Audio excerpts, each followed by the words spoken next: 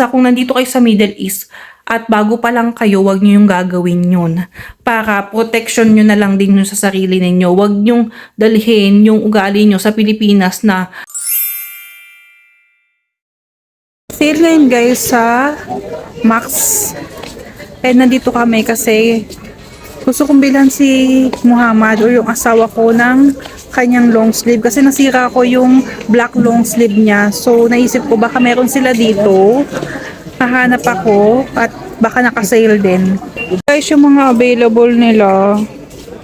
Kay feel hindi ito magugustuhan ng asawa ko. Hindi ito yung ganitong, hindi ito yung style niya. Natin dito. Ito naman 2 for 85 reals. Mura na siya. Pero again, I'm not sure kung magugustuhan to ng asawa ko. Adam. Sure. Do you think this Baba will like this one? Yeah. I'm not sure.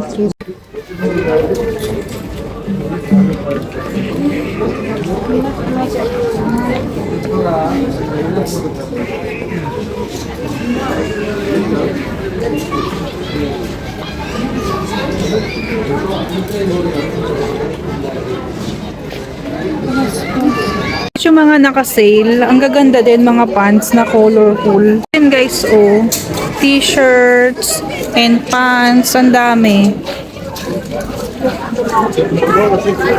Hirap din guys mag-video kasi ang daming tao.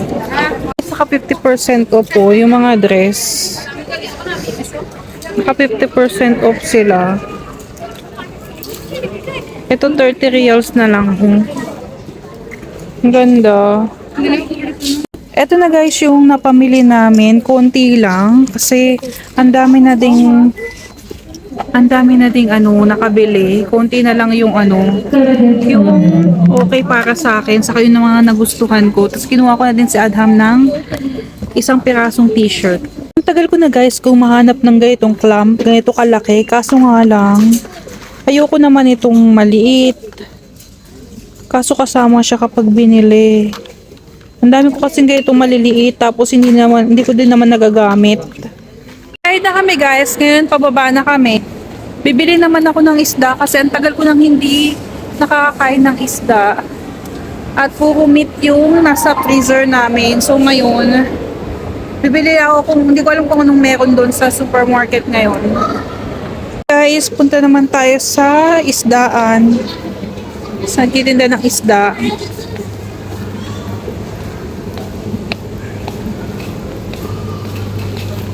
Yung mga isda dito guys. Hindi ko alam kung ano yung mga yan. Nakuha na natin guys yung isda. Hindi ko alam kung anong pangalan no. Nakalimutan ko. Wala guys yung pangalan Sultan Basi. Hindi ko alam kung ano sa Pilipinas yan. Kung anong tawag natin dyan. I don't know. You want? Do you want? It's okay with me. You want to take this one? Let's take it. Ito guys, ang hilig ni Adam sa sa grape leaves. Tagal ko nang nagkikrave sa bagong, kaso bawal ako niyan dahil nga sa hypertension ko. Kaya tingin na lang ako.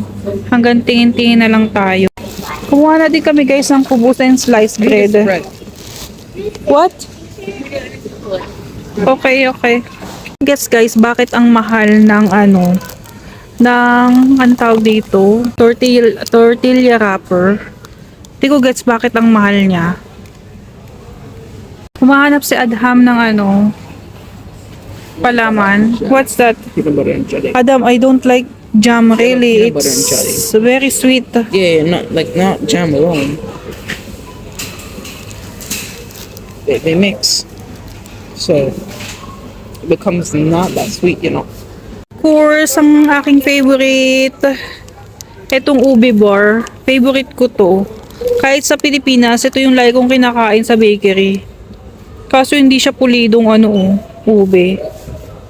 Tayo guys.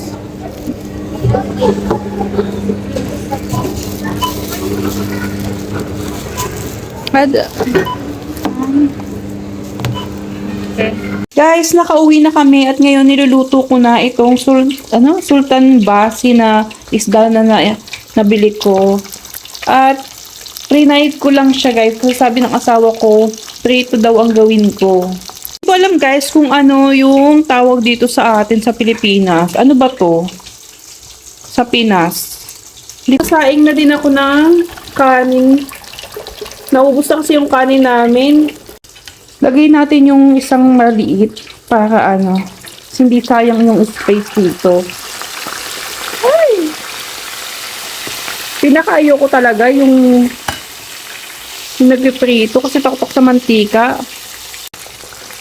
I-flip lang natin tong isa kasi kanina ko pa ito nailagay. Ay, ang hirap naman, oy.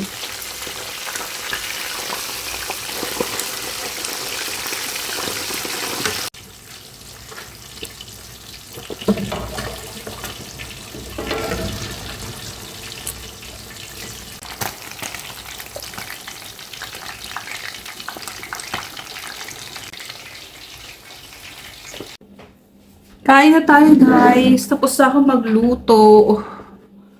Kumain na din yung asawa ko. Pinakain ko na siya. Pero yung anak ko natutulog na naman. Ayan. Dito na lang ako kakain sa maliit na bowl kasi ito yung natira naming kanin. Konti na lang. Ito na lang yung kakainin ko. Meron kami sausawan na toyo. Kain lang tayo ganito.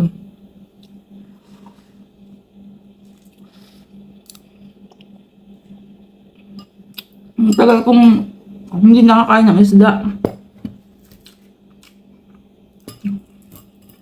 Kasi ang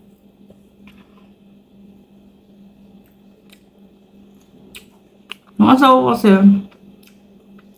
siya lang talaga nagluluto ng isda sa amin. Tapos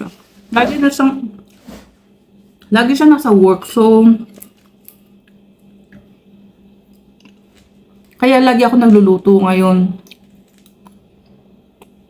Ngayon, dahil prito lang naman to, kaya ako na lang nagluto.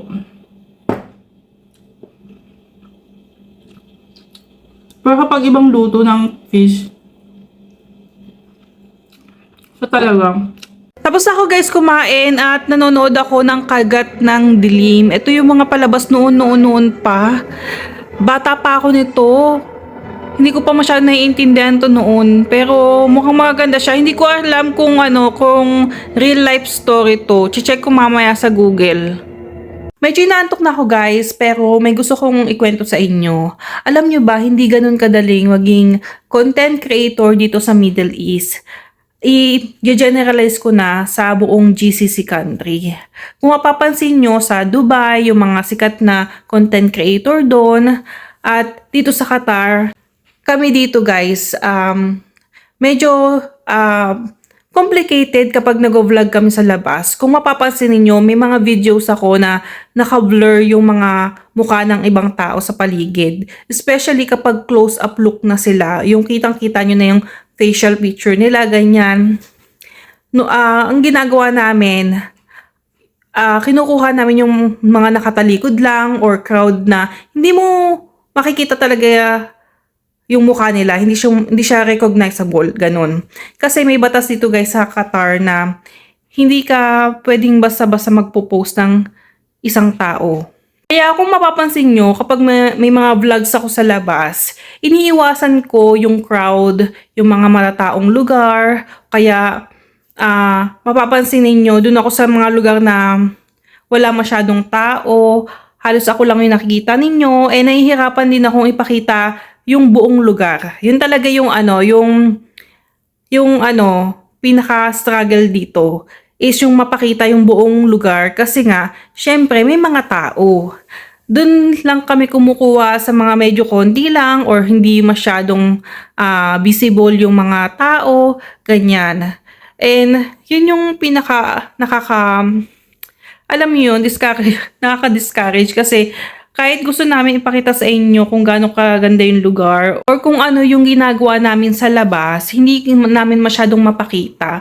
Kasi nga, kapag may nakuhaan ka, may napasama sa videos mo, yun, medyo delikado. Kaya as much as possible, kapag ka hindi ko siya kayang talagang walang tao sa paligid, ginagawa ko, bine-blur ka na lang sila. Pero syempre guys, ayaw naman natin na lagi lang sa bahay yung ating mga vlogs. Gusto ko din naman kayong ipasyal or ipakita yung mga lugar dito. Inshallah, kapag ka okay na talaga ang lahat at sinipag ako lumabas at pumunta sa kung saan-saan dito. Yun, may share ko sa inyo at sana panoodin ninyo guys. Ayan, kasi nga, ayun, mahirap talaga kapag limited lang yung galaw mo. Yun talaga yung pinaka-point, limited yung galaw mo kasi syempre ayaw naman nating magka-problema dito at magkaroon ng complaint. As much as possible, kailangan nating sumunod sa batas, lalo na nandito tayo sa ibang bansa. Saka malaki guys yung multa. Alam mo ba kung magkano? 100,000 reals. Reals guys hindi pesos. Bawal din dito guys mag-post ng kaaway nyo sa social media. Example, may taong may utang sa inyo at hindi nagbabayad at galit na talaga kayo. And the only way na naiisip nyo, katulad sa Pilipinas, is i-post sila na galit kayo, na hindi sila nagbabayad, or kaya basta kabit ng asawa niyo or whatsoever, ganyan. Tapos pinost nyo sa social media dito sa Qatar. Especially kung dalawa kayong nandito sa Qatar. Yun yung sinasabi ko, kung parehas kayo nandito. Pero kung nasa Pilipinas ka, go. Pwede mong gawin yun. Tapos nandito yung kabit. Okay lang yun. Pero kung parehas kayo nandito sa Qatar, delikado yun kasi baka mabaliktad ka pa. Dahil baka ikaw pa yung makasuhan. Dahil nga, bawal dito ang nagpo-post ng tao. Kahit na sabihin natin may kasalanan sa atin yung tao na yun. Kasi yun yung batas, bawal kang mag-post ng isang tao kasi privacy nila yun. So kung may problema ka sa tao na yun, better na pumunta ka na lang sa pulis, doon ka magpatulong kaysa i-post mo sa social media kasi baka ikaw pa yung mabalikan. Delikado. So imbis na makaganti ka or makuha mo yung kailangan mo dun sa tao na yun, baka ikaw pa yung yung mas mapahamak kaysa dun sa tao na pinost mo. Especially yung muka, tapos details ng tao. Kasi sa Pilipinas, di ba, parang normal yan na ipopost mo yung muka, ganito, ipapahiya mo, ganyan. Dito, super strict sila. Hindi mo pwedeng gawin yon. Actually, sa Pilipinas din naman, bawal yon, di ba? Kasi cyber libel yon. Pero, alam nyo naman sa atin, hindi naman lahat nagkakaso. At syempre kasi mahal magkaso, 'di ba? Sa atin kasi kailangan yung pinost mo, yun yung magkakaso. Dito kasi ang kaibahan kapag kinomplain ka sa pulis. Tapos yun nga, dahil ipinahiya nyo sila sa social media, I'm not sure, hindi ako sigurado kung syempre magko-complain yung taong pinost mo, pero hindi ko alam kung ikaw pa mismo yung magkakaso. Parang automatic ata na a-action na nila yun. At pagbabayarin ka or kulong. Basta ganun. Parang ganun. Hindi lang ako sigurado guys. Pero, ayun. Basta kung nandito kayo sa Middle East at bago pa lang kayo, wag nyo yung gagawin yun. Para protection nyo na lang din yun sa sarili ninyo. Wag nyong dalhin yung ugali nyo sa Pilipinas na kahit sino na lang ipinopost nyo. Kasi dito, stricto. Yun lang guys. At inaantok na ako. Gabi na din. Natatapusan ko lang yung pinanonood ko. Matutulog na din ako. Papikit na ako. Tapos may pasok na din guys tomorrow si Adham sa school. So, regular na yung pasok nila dito sa Qatar. Regular na. Starting tomorrow. Alhamdulillah. At sana tuloy-tuloy na. Wala nang maging problema. As of now, wala pa kaming ulit na ririnig na pagsabog. Alhamdulillah, okay na okay yun. Siguro mag-iisang linggo na ata guys. Hindi ko kasi kayo na-update na, pero yun yung nangyayari. Wala na po kami narinig na pagsabog at inshallah talaga tuloy-tuloy na yun at maayos na at sana magkaayos na lahat. World peace talaga, grabe. Kasi lahat tayo apektado dito sa amin. Syempre, kabado kami sa ganung pangyayari. Doon naman sa ating bansa at sa iba't ibang bansa pa is apektado din sila. Kasi dahil apektado din ang ekonomiya ng iba't ibang bansa. Kaya yun guys, ipagdasal natin na talagang maging maayos ang lahat at huwag nang magtuloy-tuloy ang gera sa mundo. Kahit saang pang lugar. Yun lang guys, good night and bye!